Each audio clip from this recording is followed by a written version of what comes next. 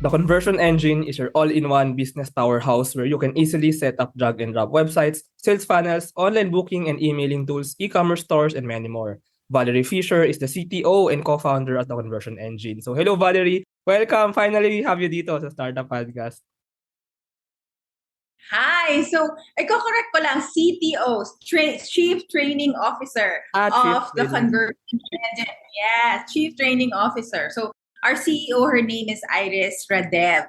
She is based in Canada. So, yes, Conversion Engine is an all-in-one powerhouse business platform. It's actually managed in 3 different parts of the world. We're incorporated in Canada because that's where Iris is. And then our operations is in Dubai because that's where our head designer is. And then also here in the Philippines kasi I'm here naman. So, medyo yun yung difficulties ng isang tech startup that is from different parts of the world. Ang hirap mag-schedule. Yeah, so it's very exciting no, nakalat-kalat pala ang founders. Maybe later we talk more about that. Kumbaga, paano nga ba nabuo itong the conversion engine? Paano nga ba nagsama-sama itong mga co-founders? Pero in a nutshell, can we just know first, ano nga ba talaga itong the conversion engine? Ano ba yung kino-convert ninyo? Ang kino-convert namin, sales. Benta. So, yun yung pinaka-importante sa lahat. So, when you are a business owner, especially online, naghahanap ka ng mga platforms where you can sell your, either your service or your products in a way that it will, easily sell. So, yun yung conversion engine. And like what you mentioned, there's different parts to it. So, meron kaming website. You can have a website under the conversion engine. You can have sales funnels. We also have email automation. Kaya siya talaga all-in-one. One-stop shop. Meron kaming scheduler. So kung familiar kayo with Calendly, one of my favorite tools in the world, meron din kami under the conversion engine. So everything that will help you sell. And then engine naman kasi when you're doing a business, 'di ba? Yung iba naglalakad, mabagal. But when you put an engine into something, you make it go faster. So that's why naman the word engine is added there. Especially yung sa amin. Actually, gusto nga sana namin yung jet para mabilis. The conversion jet. Pero siguro maybe why I like also the name, no. Actually ang revolutionary ng pangalan ni the conversion engine kasi it also encapsulates yung parang pag-automate ng other functions of a business. Yun nga you have something, you have a machine, an engine that converts into sales for any type of business.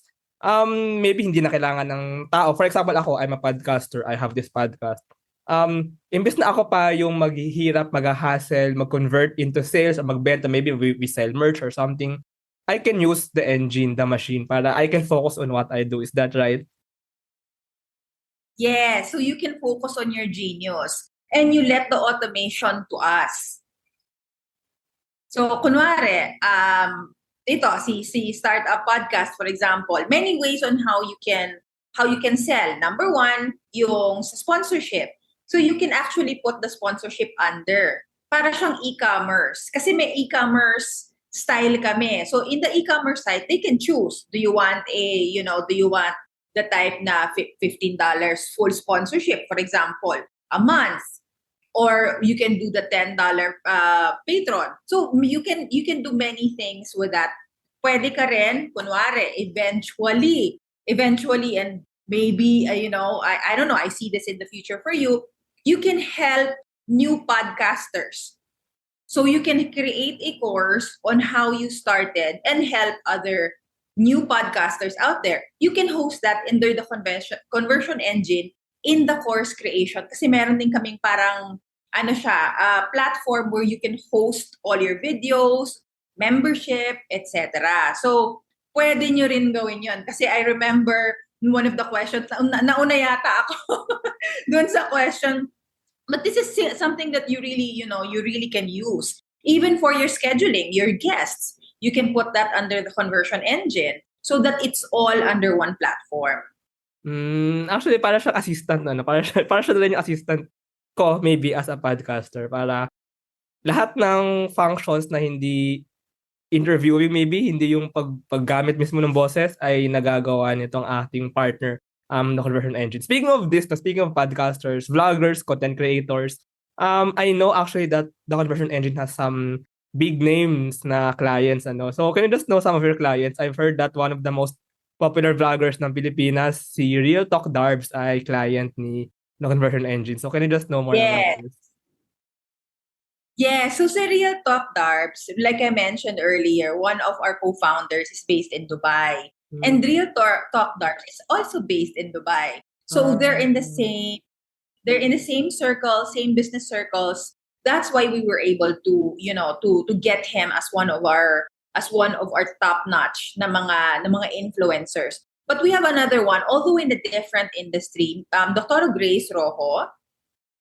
She is low carb. So marami din siya. Ah. She's really also very popular in her niche. The same as one of our co-founders, Dr. Iris Radev.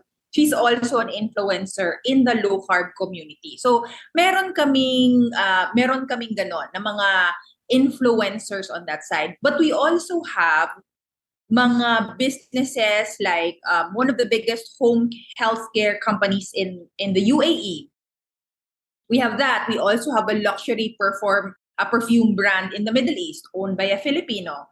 We have different types. Kasi like what I said, the platform kasi services different types of businesses. So the luxury perfume brand is e-commerce. Serial Talk Darbs has his membership under us. We Hmm. also have another influencer, si Jay Tolentino, financial, that's real estate and finance. Jay Tolentino also uses our platform. So if you will notice, it's from different parts of the world also. Mga iba-ibang parte ng mundo because that's what we aim to do. The conversion engine, we want the global Pinoy entrepreneur. So hindi lang Pilipinas naka-base. And also because, yun nga, I mean, geographically, kung saan-saan din kami nakalocate. So yung market at saka network din namin, kung saan-saan din namin nakukuha.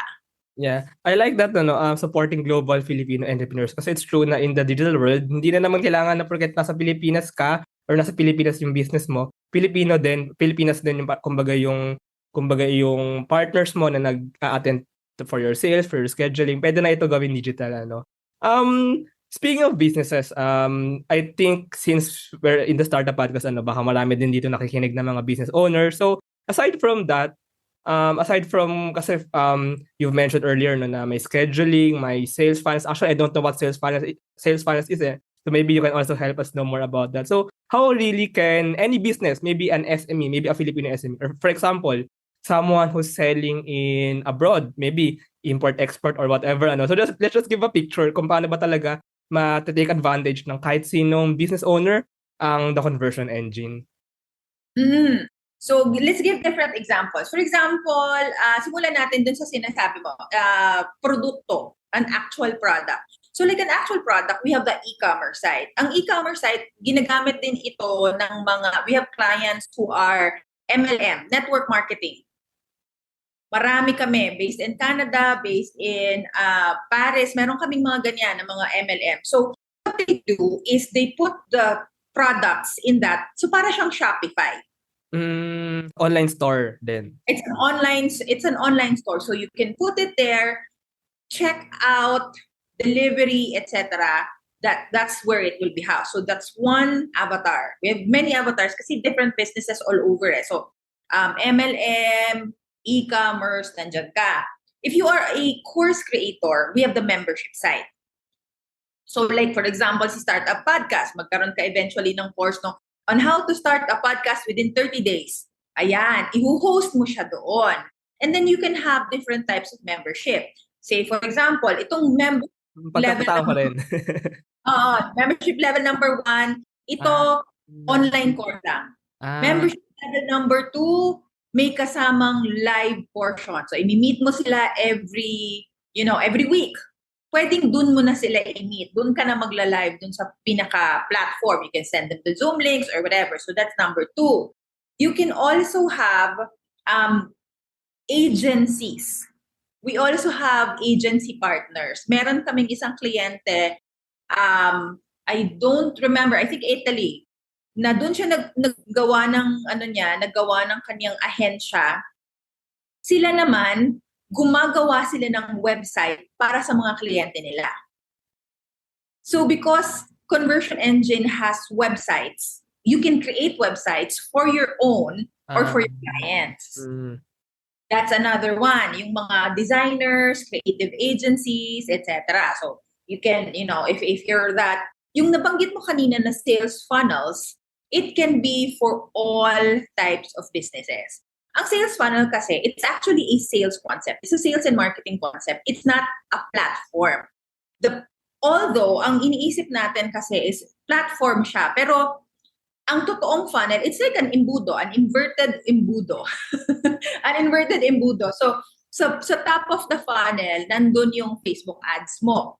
Gagawa ka ng Facebook ads, papakita mo sa mga tao, by the way, I have a product. For example, gawin nating webinar. We have a webinar or a summit coming in end of the year. Okay, so if i-feed mo yan sa mga tao, so mga hindi mo kilala, that's the top of the funnel.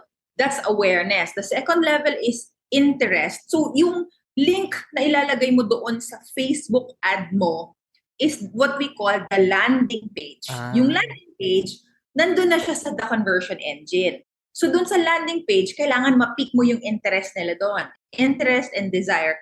And then finally, we'll take action.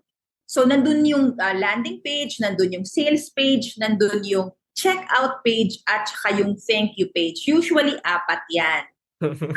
yung under a sales funnel. But the funnel concept is that may top of the funnel where you get the leads, and then the bottom of the funnel is where you convert.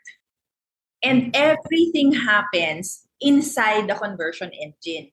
Kasi yung bottom of the funnel mo, you can use the CRM or the email marketing to convert. Kasi nandun na sila sa funnel eh. So, aware na sila through your Facebook ads. Tapos, nagkaroon sila ng interest. Meron na silang desire. And then finally, lalagay mo dun sa last email mo, get or register now, or last day to register, and then they will register.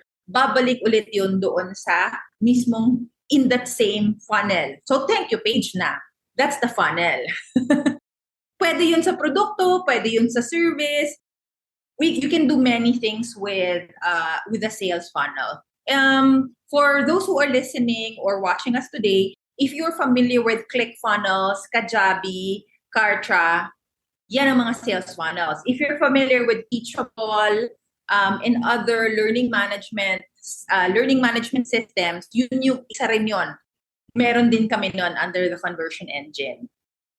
Yeah, and finally, nalaman ko na sa wakas ko ano ang sales funnels. Meron tayo ditong digital marketing lessons, 101. Pero yeah, I think it's a great explanation na parang different components pala siya. Different components, different functions, different tools. Pero they're all connected from ads to the landing page, to the actual sales, and to the thank you page. And pati yung emailing aspect nito, no? Kasi you have their contact na, maybe they sign up for a newsletter or something, ano. So you can sell more, or you can talk more about what you're doing, what the next updates are. So it's really interconnected, ano, and maybe this kaya nga all in one eh. Pero for someone, so how do they avail? Parang can they pick, maybe they just want the store lang, ayaw nila nung other aspects, or is this all in one talaga when they get the package? Paano ba ito nag-work? Iba-ibang packages kasi. We start with the smallest is what we call the turbo. So yung turbo, ang ano niya is isang website. Meron kang isang website, meron kang 5 funnels. You can connect 6 domains, 100 store products, unlimited pages, unlimited storage, and 100 email subscribers. So technically, you get many of most of the services, the features inside, limited lang yung capability. So habang tumataas yung package mo, dumadami. Kunwari, dumadami yung email subscribers. Kasi kung ikaw bago ka pa lang, you might not have a lot of email addresses that you can, nurture. So 100 ka pa lang. That's why it starts that way. Pataas ng pataas siya. And then the pricing is very good because it's very reasonably priced. Kalahati kami ng ClickFunnels. With the same services, syempre, di ba, kasi parang, kasi tayo parang, tinitingnan natin, ClickFunnels, sobrang ano yan, okay yan, kasi high-tech yan, alam mo yun? But a lot of people do not know that we have the same service, we have the same platform at half the price. Pilipino pa gumawa. Maybe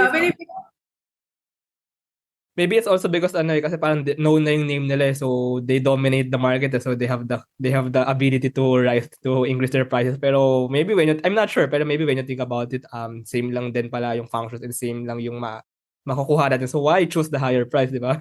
Maybe it's better to choose the lower price. But aside from this, just to sell the conversion engine on, maybe we have some interested listeners. What really sets you apart? What really sets the conversion engine apart from like other digital business marketing tools? For us, it's the heart of the conversion engine because at the very root of it, we always say, and I'm a firm believer in why you do and understanding why you do what you do. Tatlo kaming co-founders, and the three of us all believe that we can push the Filipino forward higher. Kasi meron tayong narrative na pag Pilipino, second-class citizen. Siguro may mga nakikinig sa atin ng mga social media managers, ng mga marketing consultants, mga video or agencies ng advertising who service foreigners. Tapos lagi tayong back-end. Lagi tayong hindi tayo nakikita. Pero sa totoo, yung The Whole of Tony Robbins, yung mga ganyan, yung mga back-end nila, yung support system nila, marami dyan Pilipino. Yung mga gumagawa ng videos ng mga sikat na mga coaches, Filipino yan. So what we want really, the thing that sets us apart is that, alam mo yun, it's that desire to really help Filipinos, global Filipinos, to understand their worth and to really value themselves. Na, alam nyo, tama na yan. Huwag na tayo sa likod palagi. It's your time to shine. And, you can do this. You can do this to yourselves. Kasi itong the conversion engine, it's pretty, madali siyang intindihin. Tapos yung support din, because for Filipino, mas nagkakaintindihan tayo. Kasi technology as it is, in using the English language, mahirap na siyang intindihin, di ba? Marami, kumbaga technology itself, jargons na siya. How much more in English? So, pagsamahin mo yung dalawa na yun. And when you're a Filipino, you understand, like how I'm, how I'm explaining to you now, I'm explaining it in English, I'm explaining it combination English-Tagalog so that it's better understood. So you don't feel like na-alienate ka kasi matanda na ako, hindi ko yan naiintindihan. Pilipino lang ako, hindi ako marunong mag-English, hindi ko kaya yan. Nawawala yun. So I think that's really what sets us apart. Iris is the same. She, matagal na siyang OFW. Si Vener is the same, OFW din siya. Actually, ako lang ang hindi OFW, but I truly believe my first business is an e-commerce site for locally made products. So in terms of my why, whatever business that I join or engage with, it's still the same why. I really want to push the Filipino creativity, artistry, and talent forward. Yeah, so hindi lang pala ito the conversion engine. Hindi lang to engine, ito ay engine na may puso. So let's put the face of the Filipinos kumbaga sa harap ng buong mundo. Punta tayo sa mga medyo naging personal na tayo. So punta tayo sa medyo personal stories, personal thoughts. I want to ask this question kasi you also asked me this when I guested sa iyong podcast. So in your podcast, in Changemakers Fashion, what is the change you wanted to see in the world that made you start, or your team? What really made you start the conversion engine? Ano nga bang change or ano bang conversion yung na talagang na-imagine nyo into the future? Oo. So we imagine a transformed Filipino. We imagine a world, we imagine Filipinos na hindi takot magsimula ng negosyo dahil takot sila sa technology na kakaakibat ng negosyo. Marami kasing ganun na hindi ko gagawin yan, especially, I mean, yung mga market namin, because Iris, Venera, and I are a little bit older than the usual startup founders. Yung mga startup founders kasi bagets. Di ba, marami sa kanila medyo young pa. Medyo young pa. Kami yung medyo, season. Tawagin nating season. So even in our age range, maraming nahihirapan, maraming nahihiya, natatakot.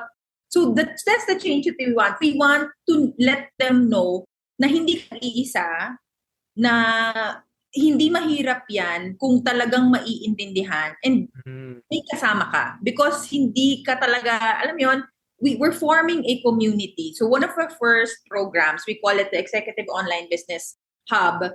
And then now we have the program called the Entrepreneur Program. So these are our affiliate programs. In these affiliate programs, ang ginagawa namin is para siyang incubator program. Parang incubator siya na meron kami doon. She started with us 2021. So last year, panaderya. Panaderya siya sa Pilipinas. Pero kinonvert niya to an e-commerce site. Wow. yung panaderya. Meron kaming isa na sari-sari store. Okay, these are real stories. Sari-sari store na may service na pang SSS. Alam mo yung may mga parang counter lang sila dun sa sari-sari store na, okay, ako natutulong sa'yo para magbayad sa SSS. Ako natutulong sa'yo para magbayad sa LTO. Pero informal. Informal na sa mga sari-sari store, mga paki ano naman ng ganito, paki ano naman ng ganyan. Ginawa niyang website. Actually, magandang idea yun actually.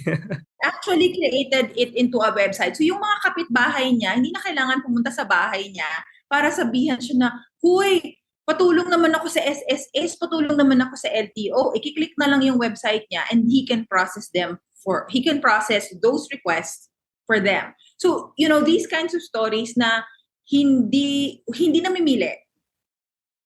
Kasi maraming talaga, I mean, seriously, there's really many kinds of businesses. Maybe because we're in the space where we are together, yung mga naaalam natin are the startups. Those that have investors, may mga venture capitalists, alam mo yon.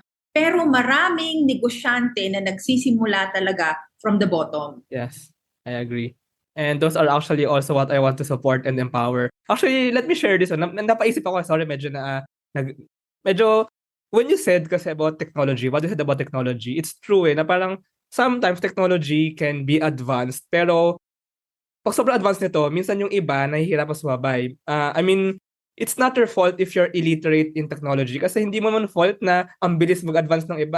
I'm not sure. So, that's why this kind of businesses are here, or maybe your incubator style business nga, independent conversion engine, parang somehow for me nababalance niya yung opportunities ng mga tao kasi when you are allowed to have more access or more capability to use technology, nagiging mas fair yung playing field. I think so. I think that's also one of the parang revolutionary aspect and maybe the change you wanted to see. Am I right? Is this right? Yes. Democratization of technology.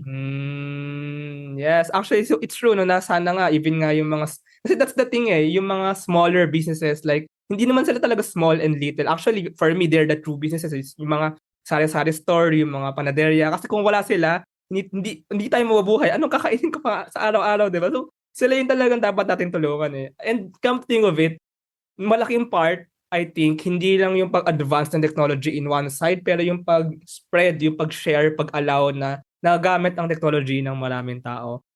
I really need to put this out there kasi I think it's important. I hope I'm correct. I hope we're correct. Pero let's see. Yes. Anyway, kasi so, yung mga tao na yun, they're not, we don't usually see them. Kasi nga nahihiya sila Diba? Hindi sila yung mga startup na, okay, I'm gonna do a social media, content marketing strategy. Okay, I'm gonna do this, I'm gonna do that. So we really have alam mo yon, medyo, that's where the struggle guys, because of the advocacy part. Kasi kung kung wala siyang advocacy na kasama, we will just sell it to whoever already knows sales funnels. Yeah. True. Dito kami magbebenta sa mga startups na alam na ano yung ibig sabihin. Yes, we have those. I mean, that is really the easy part. Kung doon ka kikita, di ba? Pero paano yung iba? So, there's that advocacy part that really, I think, adds value to the whole brand. Yes. And true, no? And salamat na nalaman natin kung anong sales funnel. So maybe mas marami makaka-appreciate and mas marami makaka-gets and mas marami ang gagamit or kumbaga will really use that concept, the different components but really helping your business convert sales. Thank you, Valerie, for this. Speaking of being seasoned, though, I know you're a seasoned businesswoman, a seasoned entrepreneur. You have had many hassles in life, many businesses, endeavors in the past. So, can you just share for our younger people, for our younger businessmen, maybe also yung mga gusto pala mag-try? What can you share about them, about your whole journey? Maybe share some advice, share some greatest things that you've learned so far in your journey. Okay. One of the things that I learned from my first business is Pinasadya. That's the e-commerce site for locally made products. My partner there, she's actually the one really managing the business now. She always told me, pay yourself first. One of the learnings ko yon sa kanya. Kasi kapag hindi mo binayaran, pag ibinigay mo lahat dun sa negosyo mo at hindi mo sinusweldohan yung sarili mo, wala kang ibabalik. Wala kang, alam mo yun, there might be resentment. Kasi anong nakukuha mo? What do you really benefit from your business? Di ba kaya ka nga nagnegosyo para kumita ka, tapos hindi ka kumikita. wala kang napapala. Kailangan may mapala ka dun sa negosyo. Aside from, of course, this fulfillment and the impact that you want in the world, etc. I mean, let's be real. You need money to live. You need, a budget for everyday life. So, that's one. Huwag kang mahiya na kailangan ko bang sweldohan yung sarili ko? Kailangan. Psychologically, mental health. Mental health, yeah, exactly. Yan. Mental health, yeah. Kailangan mo yan. Tapos, number 2, this is what I learned for my second business naman, is that you ask. Pag may kailangan ka, magtanong ka. That was a hard lesson for me to learn kasi hindi ako humihingi ng tulong. I don't like selling myself. Sa totoo lang, parang, bakit binibenta yung sarili ko, nakakaya? Paano pag walang bumili? Paano pag meron? Powerful. Paano pag meron? And you can imagine in your head, especially if you know that you have a product or a service that can help other people, that should trump you not being confident about yourself. Mas isipin mo yung kliyente mo, mas isipin mo yung mga taong isi-service mo. Paano sila kung wala ka? Paano sila kung wala yung binibenta mo? So, that's a mindset shift that I want people to know na pag may negosyo ka, a business is usually starts because you are solving a problem. Diba? Solution yun to a problem bakit mo ikakait yung solution dun sa problema nila? Huwag mong ipagkait. Share it to the world. And then number 3 is yung for this one, siguro it's a combination na what do you call this? Yun nga, dapat titingnan mo yung iba, hindi lang whoever you see out there, may mga iba na talagang kailangan ng tulong mo. So, bring them up. Alam mo yun, bring them up, help them. Minsan madalas mahirap actually, to be honest, kasi parang, bakit ko ba ito ginagawa? Pero pag naramdaman mo na yung resulta ng mga nangyari sa buhay nila, katulad nga nun, meron ng online panaderia, guys. Meron na parang, can you imagine? Meron na palang ganun ngayon. So, when you start looking at things like that, din sa puso na, okay, may mga natulungan pala talaga ako. Yeah. Help yourself and help others. I think that's also our key sa lessons na natutunan natin sa ating buhay. Valerie, you're also an NLP, NeuroLinguistic Programming Practitioner. Actually, I've long been curious about this. Lagi kong ito nakikita sa iyong Facebook page and sa iyong personal Facebook page. So, ano nga ba ito and how does it help really in your business, in your sales, and maybe parang when in your journey did you find out about this and how did it help you, kumbaga? I was a corporate junkie. I was in the corporate world for 18 years before I started, my first business, before I co-founded my first business. So doon ko siya na-discover, yung NLP. Kasi one of our partners, okay, let me see. Ayan, okay, I'm back. One of our partners dun sa dati kong company, I was in an events company. Tapos yung events company, may partner siyang training company. Tapos doon yung training company, kinukuha namin yan pag yung mga kliyente namin gusto ng training, ng corporate team building, mga ganyan. Tapos I attended one and then sabi ko, wow, this is so fascinating. Because when you attend trainings, usually, after the training, hi yung mga tao na parang, nagbago yung buhay ko, ganyan. Pero kinabukasan wala na. But this one, yung NLP training, it's not only a change in behavior, okay? The key to real transformation is not a change in behavior, but a change in the belief system. Ang pagbabago hindi dahil nagising ka ng umaga at dahil nag-a-alarm ka ng 7 o'clock.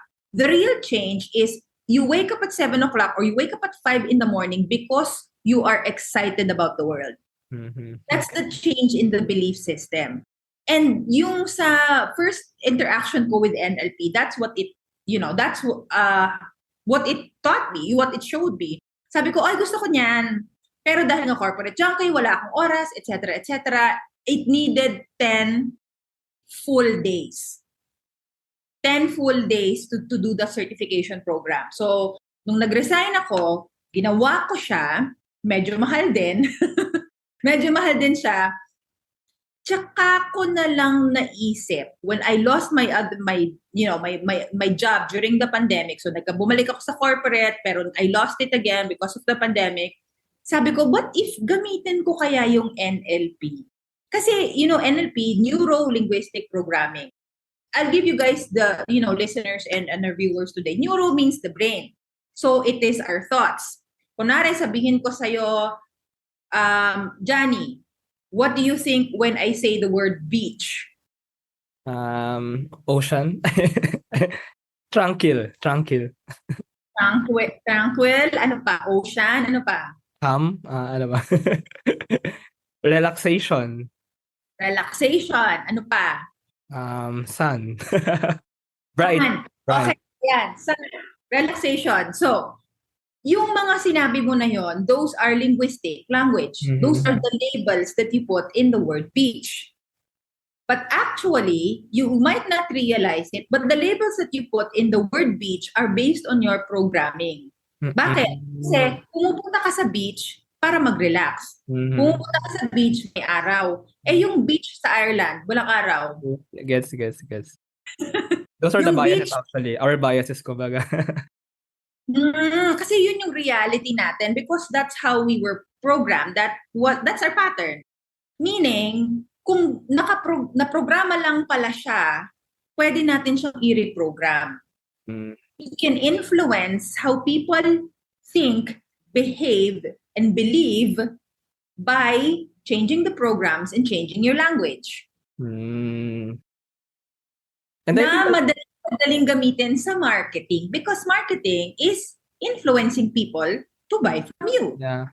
And I think that's also how you understand people, when you look really at their biases, kumbaga at their beliefs, kumbaga how their programs, how when this one word relates to this word, you can actually kind of understand what their, maybe malaman mo pa kayo buong history nila or something, nakakatakot naman to. But it's not right. Kumbaga in terms of business. Tsaka, NLP kasi is also communication, kasi language. But it's communication internally and externally. So personally, sa akin, because I combine pag may mga kino-coach ako na negosyante, mga business owners, I ask them first to be aware of what they really want. Understanding themselves first. Yeah. Kasi, paano ka gagawa? Naisip mo, ay gagawa ako nung pandemic, gagawa ako ng negosyo ng face mask. Okay, bakit? Ba't ka gagawa? Kasi sabi ng mga tao, yan kasi yung mabenta ngayon. Pero paano mo ibibenta yung face mask? Yeah. Because it's just filling a need. Pero kung talagang gagawa ka ng negosyo na bagay talaga sa'yo, kailangan yung bagay na i-enjoy mo, tama sa personality mo, tama sa desires mo in life, tama sa why mo. So it's internal communication and also external communication. How do you now present your brand? How do you now present yourself, your product, or your service outside? That you can also use NLP for that. So yun yung the basis of my brain science selling, which I trademarked. It's true kasi maybe people or customers actually don't really buy the what. They really buy for the long term. They really buy the why. And I think that's also what startup founders should start to think about. No, what really is your why on why you do your startup. Yeah, so I think we can end Yes. there. Yeah, so I really like this conversation. Ang dami kong realization, ang dami kong napapaisip ako eh. So I like this kind of sharing, this kind of engagement. So yeah, maraming salamat Valerie. If our listeners want to know more about the conversion engine, so how can they know more? Maybe they want to partner, maybe they want to be a client. So how can they where can they get more information? Yes, so please get in touch with us. We are all on all social media sites. Sa Conversion Engine, meron kaming Facebook, Instagram. We're also on LinkedIn. You can type www.theconversionengine.com. Okay, so that's where that's really where our services are, our pricing. So if you want to know more, we also have a what do you call this? A tab there where it can guide you. So para siyang how to. Para lang malaman mo, paano ko ba ito gagamitin? Ang daming mga, yun nga, jargons, di ba, etc. So, www.theconversionengine.com. You can also find me. So, ako naman, kung meron pa kayong mga ibang questions about it or about NLP, you can also find me on Facebook, Instagram. I'm also on TikTok, by the way. I give out marketing and NLP tips on TikTok. And I also have a website, www.valeriepfisher.net. Of course, housed under the Conversion Engine. Okay, nice. So follow Valerie Fischer on Facebook, TikTok, and every channel na andun si Valerie. So I'll put those links down, no, so they can see and they can follow. So maraming salamat Valerie. I really like this conversation. I enjoyed it and nabisap ako about business, about sales, and about marketing especially. Salamat.